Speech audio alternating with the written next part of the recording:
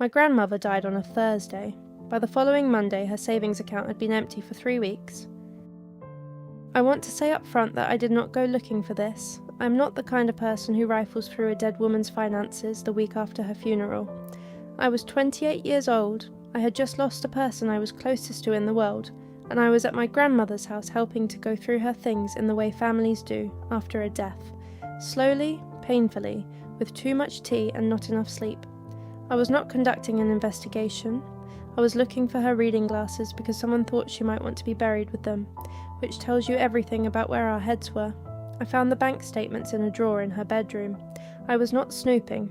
I was looking for the glasses. The statements were in a folder labelled Important Documents in my grandmother's handwriting, and when I opened the folder, the statements were on top, and the balance on the most recent one was £47.12. My grandmother had, as of 6 months earlier, approximately £19,000 in that account. So, tea. Let me stop here, because we are about 2 minutes in, and I should probably explain that I am telling this story in the tone I'm telling it in because the alternative is crying, and I have already done a significant amount of that, and it did not help. My grandmother was 81 years old. She had saved £19,000 over a lifetime of careful spending, and she had told me more than once that she wanted it to go to her grandchildren. She had also, and this is relevant, told me that the sapphire brooch that had belonged to her mother was mine when she was gone. The sapphire brooch was not in the jewellery box. The jewellery box was not in the bedroom. Neither, when I looked, was the pearl necklace, the gold watch, or the diamond ring my grandfather had given her on their 40th anniversary. My aunt's name is Pauline. She is my mother's older sister.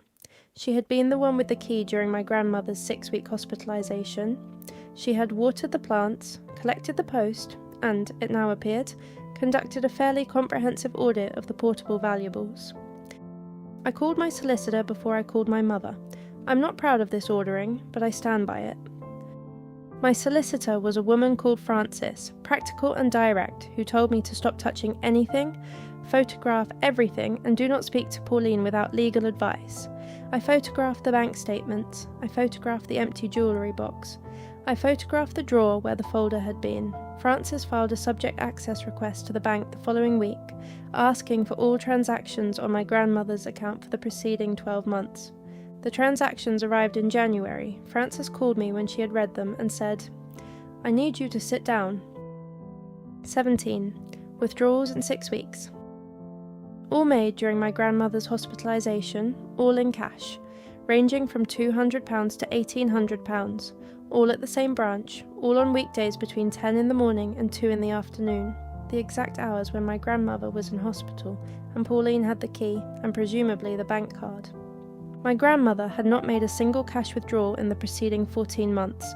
The account had been essentially static. Then, the week she went into hospital, 17 withdrawals in 6 weeks, totalling £18,460, until the balance was £47.12. I want to give Pauline something here, because even in a story like this, I think it is worth trying. Pauline had spent more time caring for my grandmother in her final years than anyone else in the family.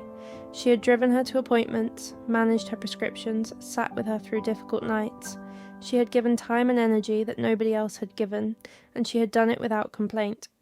I think she believed at some level that this entitlement was owed to her, that what she had taken was compensation rather than theft. That does not make it legal, but it makes it a recognisably human failure, which is different from a monstrous one. Frances filed a claim in the probate registry in February. The claim was for recovery of the misappropriated funds and the missing jewellery, on the basis that they formed part of my grandmother's estate and had been removed without authority. Pauline denied everything. Her solicitor argued that my grandmother had made the withdrawals herself and had gifted the jewellery to Pauline before the hospitalisation. The judge who heard the preliminary application in April was not, shall we say, persuaded by this account. She noted that a woman of 81 who had made no cash withdrawals for 14 months had apparently made 17 in 6 weeks during a period of hospitalisation, and that this required rather more explanation than Pauline's solicitor had provided. She ordered full disclosure of all financial records held by both parties. The appeal is ongoing. Pauline's solicitor filed an appeal against the disclosure order on procedural grounds. The appeal is listed. Francis believes we will hold the finding. I believe Francis. The sapphire brooch has not been recovered. Pauline says she does not know where it is.